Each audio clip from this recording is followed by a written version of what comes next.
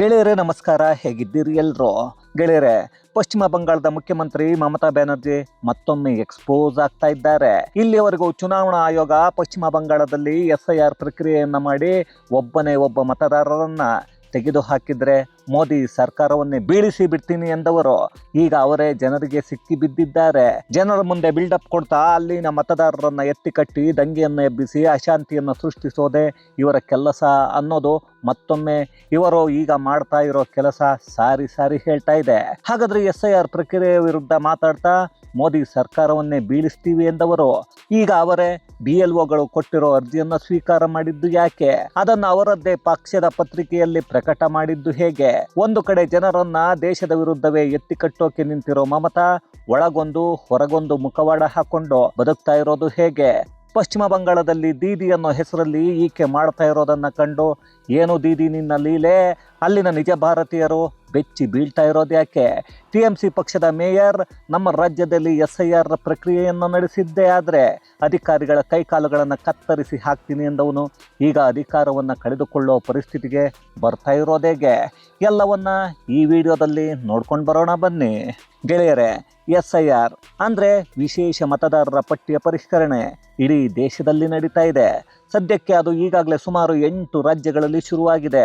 ಅದೇ ರೀತಿ ಪಶ್ಚಿಮ ಬಂಗಾಳದಲ್ಲೂ ನಡೀತಾ ಇದೆ. ಆದರೆ ಅಲ್ಲಿನ ಮುಖ್ಯಮಂತ್ರಿ ಮಮತಾ ಬ್ಯಾನರ್ಜಿ ಅನ್ನೋ ಹೆಣ್ಣಿನ ರೂಪದ ರಾಕ್ಷಸಿ ಮಾತ್ರ ಚುನಾವಣಾ ಆಯೋಗ ಏನಾದರೂ ಒಬ್ಬನೇ ಒಬ್ಬ ಮತದಾರರನ್ನ ಪಟ್ಟಿಯಿಂದ ತೆಗೆದು ಹಾಕಿದ್ರೆ ಮೋದಿ ಸರ್ಕಾರವನ್ನೇ ಉರುಳಿಸಿ ಬಿಡ್ತೀವಿ ಅಂತ ಕಳೆದ 4 ದಿನಗಳ ಹಿಂದೆ ಹೇಳಿದ್ರು. ಅದಕ್ಕೆ ಕೋಲ್ಕತ್ತಾದಲ್ಲಿ ಒಂದು ರ್ಯಾಲಿಯನ್ನು ನಡೆಸಿದ್ರು. ಅದಾದ ಮೇಲೆ ಎಲ್ಲ ಧರ್ಮದ ಸ್ವಾಮೀಜಿ, ಮುಲ್ಲಾಗಳು, ಚರ್ಚಿನ ಫಾದರ್ಗಳು ಹೀಗೆ ಒಂದಷ್ಟು ಜನರನ್ನ ಸೇರಿಸಿ ಎಲ್ಲ ಧರ್ಮದವರ ವಿರೋಧ SIR ಪ್ರಕ್ರಿಯೆಗೆ ಇದೆ ಅನ್ನೋದನ್ನ ಬಿಂಬಿಸೋ ಪ್ರಯತ್ನವನ್ನು ಮಾಡಿದ್ರು.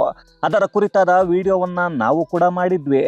ಇನ್ನು ಅದ್ಯಾವನೋ ಅದೇ ಪಶ್ಚಿಮ ಬಂಗಾಳದ ಕೋಲ್ಕತ್ತಾದ ಮೇಯರ್ ಫಿರ್ಹಾದ್ ಹಕೀಮ್ ಅನ್ನೋ ಅಯೋಗ್ಯ ಬಿಹಾರದಲ್ಲಿ SIR ನಡೆಯುವಾಗ ನಮ್ಮ ರಾಜ್ಯದಲ್ಲಿ ಏನಾದರೂ SIR ಪ್ರಕ್ರಿಯೆಯನ್ನ ಮಾಡೋಕೆ ಚುನಾವಣಾ ಅಧಿಕಾರಿಗಳು ಬಂದ್ರೆ ಅವರ ಕೈಕಾಲುಗಳನ್ನೇ ಕತ್ತರಿಸಿ ಹಾಕ್ತೀವಿ ಅನ್ನೋದನ್ನ ಹೇಳಿದ್ದ. ಆದರೆ ಅವರ ದರ್ಪ, ದಬ್ಬಾಳಿಕೆ ಹಾಗೆಯೇ ಮಾತುಗಳೆಲ್ಲ ಕೇವಲ ಮಾಧ್ಯಮಗಳ ಮುಂದೆ ಅಥವಾ ಪಶ್ಚಿಮ ಬಂಗಾಳದ ಜನರ ಮುಂದೆ, ಇಲ್ಲ ಅಂದರೆ ಬಾಂಗ್ಲಾದೇಶದ ಜನರ ಮುಂದೆ ಅವರನ್ನು ಮೆಚ್ಚಿಸೋಕೆ ಅನ್ನೋದು ಮತ್ತೊಮ್ಮೆ ಸಾಬೀತಾಗಿ ಹೋಗ್ತಾ ಇದೆ. ಅದಕ್ಕೆ ಕಾರಣ ಆಗ್ತಾ ಇರೋದು ಮಾತ್ರ ಇದೇ ಮಮತಾ ಬ್ಯಾನರ್ಜಿಯ TMC ಪಕ್ಷದ ಪತ್ರಿಕೆ ಜಾಗೋ ಬಾಂಗ್ಲಾ. ಪಾಪರ್ರಿ, ಇಲ್ಲಿಯವರೆಗೂ ದೀದಿ ಅಂತಿದ್ದ ಜನರು ಈಗ ಬೂದಿ ಅನ್ನೋ ಹಾಗೆ ಮಮತಾ ಮಾಡಿಕೊಂಡಿದ್ದಾರೆ. ಅಂತೂ ಇಂತೂ ಉತ್ತರನ ಪೌರುಷ ವಲಯ ಮುಂದೆ ಮಾತ್ರ ಅನ್ನೋದು ಈಗ ಗೊತ್ತಾಗಿ ಹೋಗ್ತಾ ಇದೆ. ಜೊತೆಗೆ ಮಮತಾ ಮುಖವಾಡಗಳು ಕಳಚಿ ಬೀಳೋ ಸಮಯ ಬಂದಾಗಿದೆ.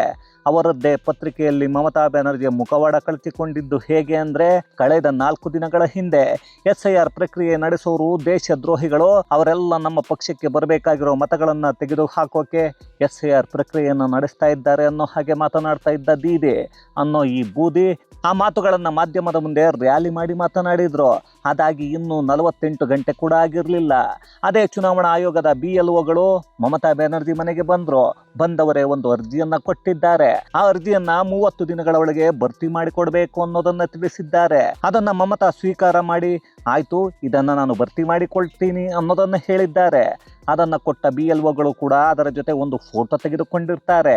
ಯಾಕಂದ್ರೆ ನಾಟಕ ಮಾಡೋ ಹೆಂಗಸಿನ ಜೊತೆ ಅದೆಷ್ಟು ಹುಷಾರಾಗಿ ಇರಬೇಕು ಅನ್ನೋದು ಅವರಿಗೂ ಗೊತ್ತಿರುತ್ತೆ. ಆದ್ರೆ ಇದ್ದಕ್ಕಿದ್ದ ಹಾಗೆ ಅದೇ ಫೋಟೋ ಮಮತಾ ಬ್ಯಾನರ್ಜಿಯ TMCಯ ಪತ್ರಿಕೆ ಜಾಗೋ ಬಾಂಗ್ಲಾ ಅನ್ನೋ ಪತ್ರಿಕೆಯ ಮುಖಪುಟದಲ್ಲಿ ಪ್ರಕಟ ಆಗತ್ತೆ. ಮುಖ್ಯಮಂತ್ರಿ ಮಮತಾ ಬ್ಯಾನರ್ಜಿ SIR ಪ್ರಕ್ರಿಯೆ ಅರ್ಜಿಯನ್ನ ಸ್ವೀಕಾರ ಮಾಡಿದ್ದಾರೆ. 30 ದಿನಗಳ ಒಳಗೆ ಅದನ್ನ ಭರ್ತಿ ಮಾಡಿ ಚುನಾವಣಾ ಆಯೋಗಕ್ಕೆ ಕೊಡೋದಾಗಿ ಹೇಳಿದ್ದಾರೆ ಅಂತ.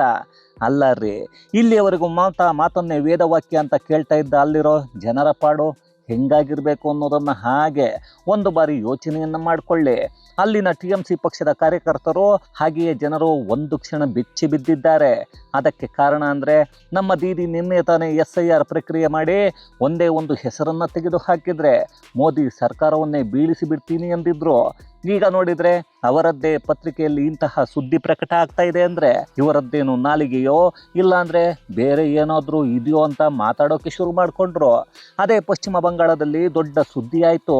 ಅದು CM ಆಗಿರೋ ಮಮತಾ ಬ್ಯಾನರ್ಜಿಗೂ ಗೊತ್ತಾಯ್ತು. ಆಗ ಅವರದ್ದೇ ಪಕ್ಷದ ಕಾರ್ಯಕರ್ತರು ದೀದಿ ಹಿಂಗ್ಯಾಕೆ ಮಾಡಿಬಿಟ್ರಿ, ಮಾಡೋದು ಮಾಡಿದ್ರಿ, ಅದನ್ನು ನಮ್ಮದೇ ಪಕ್ಷದ ಪತ್ರಿಕೆಯಲ್ಲಿ ಯಾಕೆ ಪ್ರಕಟ ಮಾಡಿದ್ರಿ, ಇದರಿಂದ ಜನರೆಲ್ಲ ನಮ್ಮ ವಿರುದ್ಧವೇ ತಿರುಗಿ ಬೀಳ್ತಾರೆ ಅನ್ನೋದನ್ನ ಹೇಳಿದ್ರು. ಆಗ ಇದ್ದಕ್ಕಿದ್ದ ಹಾಗೆ ಮಮತಾ ಬ್ಯಾನರ್ಜಿ ಮಾಧ್ಯಮಗಳ ಮುಂದೆ ಬಂದು ಮತ್ತೊಂದು ಕಥೆಯನ್ನ ಹೇಳೋಕೆ ಶುರು ಮಾಡಿಕೊಂಡ್ರು. ಅದೇನಂದ್ರೆ, ಅಯ್ಯೋ ನಾನು ಏನನ್ನು ಹೇಳೇ ಇಲ್ಲ, ಅರ್ಜಿಯನ್ನು ಸ್ವೀಕಾರ ಮಾಡಿ ನಮ್ಮ ರಾಜ್ಯದ ಜನರದ್ದೆಲ್ಲ ಅರ್ಜಿಯನ್ನ ಭರ್ತಿ ಮಾಡಿ ಕೊಟ್ಟಾದ ಮೇಲೆ ನಾನು ಅರ್ಜಿಯನ್ನ ಭರ್ತಿ ಮಾಡಿ ಕೊಡ್ತೀನಿ ಅಂತ ಹೇಳಿದ್ದೀನಿ ಅಷ್ಟೇ. ಇಲ್ಲಿ ಇಲ್ಲದ ಸುದ್ದಿಯನ್ನ ಪ್ರಕಟ ಮಾಡಲಾಗಿದೆ ಅಂತ ಹೇಳಿಬಿಟ್ರು. ಆದರೂ ಇದೀದಿಗೆ ತಲೆಯಲ್ಲಿ ಬುದ್ಧಿ ಇದೆಯೋ ಇಲ್ವೋ ಅನ್ನೋ ಅನುಮಾನ ನನಗೂ ಇವಾಗ ಬರ್ತಾ ಇದೆ.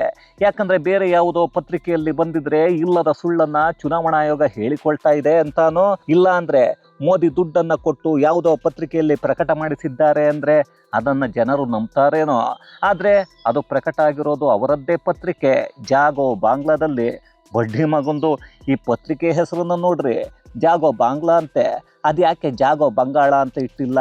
ಅದ್ಯಾವ ಬಾಂಗ್ಲಾದೇಶಿಗರನ್ನ ಎಚ್ಚರಿಸೋಕೆ ಇಂತಹ ಹೆಸರು ಅನ್ನೋದು ಗೊತ್ತಿಲ್ಲ. ಇರಲಿ ಬಿಡಿ, ನಮ್ಮ ದೇಶದಲ್ಲಿ ಅದಕ್ಕೆಲ್ಲ ಹಕ್ಕು ಇದೆ, ಅದನ್ನ ಬೇಕಾಬಿಟ್ಟಿ ಬಳಕೆ ಮಾಡ್ಕೊಳ್ತಾರೆ. ಬಾಂಗ್ಲಾ ಅಂತ ಆದರೂ ಇಟ್ಕೊಳ್ಬಹುದು, ಪಾಕಿಸ್ತಾನ ಅಂತ ಆದರೂ ಇಟ್ಕೊಳ್ಬಹುದು. ಆದರೂ ಅವರದ್ದೇ ಪತ್ರಿಕೆಯಲ್ಲಿ ಸುಳ್ಳು ಬರೋದಕ್ಕೆ ಅದೇಗೆ ಸಾಧ್ಯ ಅಂತ ಗೊತ್ತಿಲ್ಲ. ಯಾಕಂದ್ರೆ ದೀದಿ ಅನ್ನಿಸಿಕೊಂಡಿರೋ ಹೆಣ್ಣು ಮಮತಾ ಹೇಳ್ತಾ ಇರೋ ಅವರದ್ದೇ ಪತ್ರಿಕೆಯ ಮುಖ್ಯಸ್ಥ ಅವರದ್ದೇ ಸೋದರಳಿಯ. ಅದೇ ಕೋಲ್ಕತ್ತಾದಲ್ಲಿ ಮಮತಾಗೆ ಇದೇ SIR ವಿರುದ್ಧ ರ್ಯಾಲಿಯಲ್ಲಿ ಸಾಥ್ ಕೊಟ್ಟವರು. ಆ ಪತ್ರಿಕೆಯಲ್ಲಿ ಯಾವುದೇ ವಿಚಾರಗಳು ಯಾವುದೇ ವಿಷಯಗಳು ಪ್ರಕಟ ಆಗೋದೆ ಅಭಿಷೇಕ್ ಬ್ಯಾನರ್ಜಿ ಓಕೆ ಅಂದ್ರೆ, ಅಂಥದ್ರಲ್ಲಿ ಈಗ ಮಮತಾ ಇದೆಲ್ಲ ಸುಳ್ಳು ಅಂದ್ರೆ ಅಭಿಷೇಕ್ ಬ್ಯಾನರ್ಜಿ ಸುಳ್ಳು ಹೇಳ್ತಾ ಇದ್ದಾರೆ ಅಂತಾನ? ಏನೋಪ್ಪ, ಇವರ ಮಾತಿನ ಅರ್ಥಗಳು ಯಾವನಿಗ್ರಿ ಆಗಬೇಕು. ಸದ್ಯಕ್ಕೆ ಅಲ್ಲಿನ ಜನರಿಗೆ ಈಗ ಮಮತಾ ಎರಡು ತಲೆಯ ಹಾವಿನ ಹಾಗೆ ಆಡ್ತಾ ಇದ್ದಾರೆ ಅನ್ನೋದು ಗೊತ್ತಾಗ್ತಾ ಇದೆ. ಇಷ್ಟೆಲ್ಲ ಮಮತಾ ಮಾಡಿಕೊಂಡಿರೋ ಎಡವಟ್ಟು ಆದರೆ ಇನ್ನೊಂದು ಕಡೆ ಅದ್ಯಾವನು TMC ಪಕ್ಷದ ಕೋಲ್ಕತ್ತಾ ಮೇಯರ್ ಫಿರ್ಹಾದ್ ಹಕೀಮ್ ಅನ್ನೋ ಅಯೋಗ್ಯ ಬಿಹಾರದಲ್ಲಿ SIR ನಡೆಸುವಾಗ ಪಶ್ಚಿಮ ಬಂಗಾಳದಲ್ಲಿ ಏನಾದರೂ ಮತದಾರರ ಪಟ್ಟಿಯ ಪರಿಷ್ಕರಣೆ ಮಾಡೋಕ್ಕೆ ಬಂದರೆ ಚುನಾವಣಾ ಆಯೋಗದ ಅಧಿಕಾರಿಗಳ ಕೈಕಾಲನ್ನೇ ಕತ್ತರಿಸಿ ಹಾಕ್ತೀವಿ ಅನ್ನೋದನ್ನು ಹೇಳಿದ್ದ. ಆ ಹೇಳಿಕೆ ದೇಶಾದ್ಯಂತ ಫುಲ್ ವೈರಲ್ ಆಗಿತ್ತು. ಈಗ ಅದೇ ಚುನಾವಣಾ ಆಯೋಗದ ಅಧಿಕಾರಿಗಳು ಅವನಿಗೂ ಅರ್ಜಿಯನ್ನು ಕೊಟ್ಟು ತಗೋಮರಿ, ನೀನು ಇದನ್ನು ಪೂರ್ತಿ ಮಾಡಿ ಭರ್ತಿ ಮಾಡಿ ಕೊಡು ಅಂತ ಕೊಟ್ಟಿದ್ದಾರೆ. ಅವನು ಕೂಡ ಅರ್ಜಿಯನ್ನು ತುಂಬಿಕೊಡ್ಬೇಕು, ಇಲ್ಲ ಅಂದರೆ ಅವನನ್ನು ಮತದಾರರ ಪಟ್ಟಿಯಿಂದ ಕೈ ಬಿಡಲಾಗತ್ತೆ. ಆಗ ಅವನ ಮೇಯರ್ ಹುದ್ದೆ ಕೂಡ ಇಲ್ಲದ ಹಾಗೆ ಆಗತ್ತೆ. ಅವನೊಬ್ಬ ಭಾರತೀಯ ಪ್ರಜೆ ಅಂತ ಹೇಳೋದಕ್ಕೂ ಆಗಲ್ಲ. ಮುಂದೆ ಯಾವುದೇ ಚುನಾವಣೆಯಲ್ಲೂ ನಿಲ್ಲದ ಹಾಗೆ ಆಗತ್ತೆ. ಈಗ ಕೈಕಾಲನ್ನು ಕತ್ತರಿಸ್ತೀನಿ ಎಂದವನು ಕೈ ಎತ್ತಿ ಅಲ್ಲಿ ಅರ್ಜಿಯನ್ನು ತುಂಬಿಕೊಡದೇ ಇದ್ರೆ ಅವನು ಭಾರತದಲ್ಲಿ ಇದ್ದರೂ ಸತ್ತ ಹಾಗೆ. ಇಂತಹ ಕೈಲಾಗದವರು ಮುಂದೆ ಬಂದರೆ ಏನು ಮಾಡೋಕೆ ಆಗದೆ ಹಿಂದೆ ಜನರನ್ನು ಎತ್ತಿ ಕಟ್ಟೋರು ನಮ್ಮ ದೇಶದಲ್ಲಿ ಕೆಲವರು ಇದ್ದೇ ಇದ್ದಾರೆ. ಅಂಥವರ ಉದ್ದೇಶ ಒಂದೇ, ದೇಶದ ಒಳಗಿರೋ ಜನರನ್ನೇ ದೇಶದ ವಿರುದ್ಧ, ನಮ್ಮ ದೇಶದಲ್ಲಿರೋ ಸಾಂವಿಧಾನಿಕ ಹುದ್ದೆಗಳ ವಿರುದ್ಧ, ಜನರಿಂದ ಆಯ್ಕೆಯಾಗಿರೋ ಪ್ರಧಾನಿ ವಿರುದ್ಧ ಎತ್ತಿ ಕಟ್ಟಿ ದಂಗೆಯನ್ನು ಎಬ್ಬಿಸೋದು. ಅಂಥದ್ದೇ ಕೆಲಸವನ್ನು ರಾಹುಲ್ ಗಾಂಧಿ ಆಗಾಗ ಮಾಡ್ತಾ ಇರ್ತಾರೆ. ಇನ್ನೊಂದು ಕಡೆ ಅವರದ್ದೇ ಮಿತ್ರ ಪಕ್ಷಗಳು ಮಾಡ್ತಾ ಇರುತ್ತವೆ. ಸದ್ಯಕ್ಕೆ ಬಿಹಾರದಲ್ಲಿ SIR ಪ್ರಕ್ರಿಯೆ ನಡೆಯುವಾಗ ಅಂಥದ್ದೇ ಕೆಲಸವನ್ನು ರಾಹುಲ್ ಗಾಂಧಿ ಮಾಡೋ ಪ್ರಯತ್ನವನ್ನು ಮಾಡಿದ್ರು. ಈಗ ಅಲ್ಲಿ ಚುನಾವಣೆ ನಡೀತಾ ಇದೆ. ಈಗ ಮತ್ತೆ ವೋಟ್ ಚೋರಿ ಅನ್ನೋದನ್ನು ಹೇಳ್ತಾ ಇದ್ದಾರೆ. ಅದೇ ರಾಹುಲ್ ಗಾಂಧಿಗೆ ಸುಪ್ರೀಂ ಕೋರ್ಟಿನಲ್ಲಿ ಎಲ್ಲ ಸಾಕ್ಷಿಗಳನ್ನು ಕೊಡ್ರಿ ಅಂದರೆ ನಾನು ಯಾವ ನ್ಯಾಯಾಲಯಕ್ಕೂ ಹೋಗಲ್ಲ, ನಾನು ಹೇಳ್ತಾ ಇರೋದನ್ನೇ ನ್ಯಾಯಾಧೀಶರು ನೋಡ್ತಾ ಇರ್ತಾರೆ. ಜೊತೆಗೆ ಭಾರತದ ಜೆನ್ಜಿಗಳು ಇದನ್ನು ನೋಡ್ತಾ ಇದ್ದಾರೆ. ಜೆನ್ಜಿಗಳು ಇದನ್ನೆಲ್ಲ ನೋಡಿ ಸುಮ್ಮನೆ ಇರಲ್ಲ ಅಂತ ಯುವಕರನ್ನು ರೊಚ್ಚಿಗೆ ಇಳಿಸಿ ದಂಗೆಯನ್ನು ಎಬ್ಬಿಸೋ ಕೆಲಸವನ್ನು ಮಾಡೋಕ್ಕೆ ಪ್ರಯತ್ನವನ್ನು ಮಾಡ್ತಾ ಇದ್ದಾರೆ ಅನ್ನೋದು ನಮಗೆಲ್ಲ ಗೊತ್ತೇ ಇದೆ. ಮುಂದೆ ತಮಿಳುನಾಡಿಂದ ಕೂಡ SIR ವಿರುದ್ಧ ಅಲ್ಲಿರೋ ಸ್ಟಾಲಿನ್ ಸರ್ಕಾರ ಇಲ್ಲದನ್ನ ಮಾತಾಡೋಕೆ ಶುರು ಮಾಡಿಕೊಳ್ಳುತ್ತೆ. ನೋಡ್ತಾ ಇರಿ. ಇಲ್ಲಿ ಇವರೆಲ್ಲರ ಕರ್ಮ ಅಂದ್ರೆ ಅದರಲ್ಲೂ ಪಶ್ಚಿಮ ಬಂಗಾಳದಲ್ಲಿ ಸದ್ಯಕ್ಕೆ 1 ಕೋಟಿಯಷ್ಟು ಮತಗಳು ಅಕ್ರಮ ಬಾಂಗ್ಲಾ ವಲಸಿಗರದ್ದು. ಅಲ್ಲಿ SIR ಪ್ರಕ್ರಿಯೆಯಲ್ಲಿ ಇಲ್ಲದ ಹಾಗೆ ಆಗುತ್ತವೆ. ಆಗ ಮಮತಾ ಪಕ್ಷಕ್ಕೆ ಬರ್ತಾ ಇದ್ದ 1 ಕೋಟಿ ಮತಗಳು ಇಲ್ಲ ಅಂದರೆ TMC ಪಕ್ಷದ ಕತೆ ಏನಾಗುತ್ತೆ ಯೋಚನೆ ಮಾಡಿ. ಕಳೆದ 14 ವರ್ಷಗಳಿಂದ ಸಾಕ್ತಾ ಇರೋ ಬಾಂಗ್ಲಾ ವಲಸಿಗರು ಇನ್ನು ಮುಂದೆ ಮತದಾನವನ್ನು ಮಾಡದ ಹಾಗೆ ಆಗುತ್ತೆ. ಅಲ್ಲಿಗೆ ಇನ್ನುಳಿದ ಪಕ್ಷಗಳು ಪಶ್ಚಿಮ ಬಂಗಾಳದಲ್ಲಿ ಸಮಬಲದ ಹೋರಾಟವನ್ನು ಮಮತಾ ಪಕ್ಷದ TMCಗೆ ಕೊಡುತ್ತವೆ. ಆಗ ನಿಜವಾದ ಚುನಾವಣೆ ನಡೆದ ಹಾಗೆ ಆಗತ್ತೆ. ಅಲ್ಲಿ ನಿಜ ಭಾರತೀಯರು ಸರಿಯಾದ ನಾಯಕತ್ವ, ಸರಿಯಾಗಿ ಅವರಿಗೆ ಯಾರನ್ನ ಬೇಕೋ ಅವರನ್ನು ಆಯ್ಕೆ ಮಾಡ್ಕೊಳ್ತಾರೆ. ಆಗಲೂ ಮಮತಾ ಸೂಪರ್ ಅಂದರೆ ಅವರನ್ನೇ ಅಲ್ಲಿರೋ ಭಾರತೀಯರು ಆಯ್ಕೆ ಮಾಡಿಕೊಳ್ತಾರೆ ಬಿಡಿ.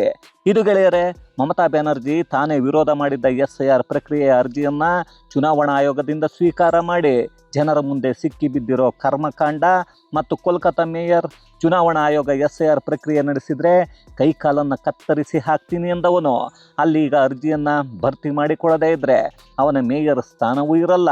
ಅವನು ಮುಂದೆ ಯಾವ ಚುನಾವಣೆಗೂ ಸ್ಪರ್ಧೆಯನ್ನ ಮಾಡದ ಹಾಗೆ ಆಗ್ತಾ ಇರೋ ಒಂದಷ್ಟು ಮಾಹಿತಿ ಮತ್ತಷ್ಟು ವಿಶೇಷತೆಗಳೊಂದಿಗೆ ಮುಂದಿನ ವಿಡಿಯೋದಲ್ಲಿ ಭೇಟಿಯಾಗೋಣ.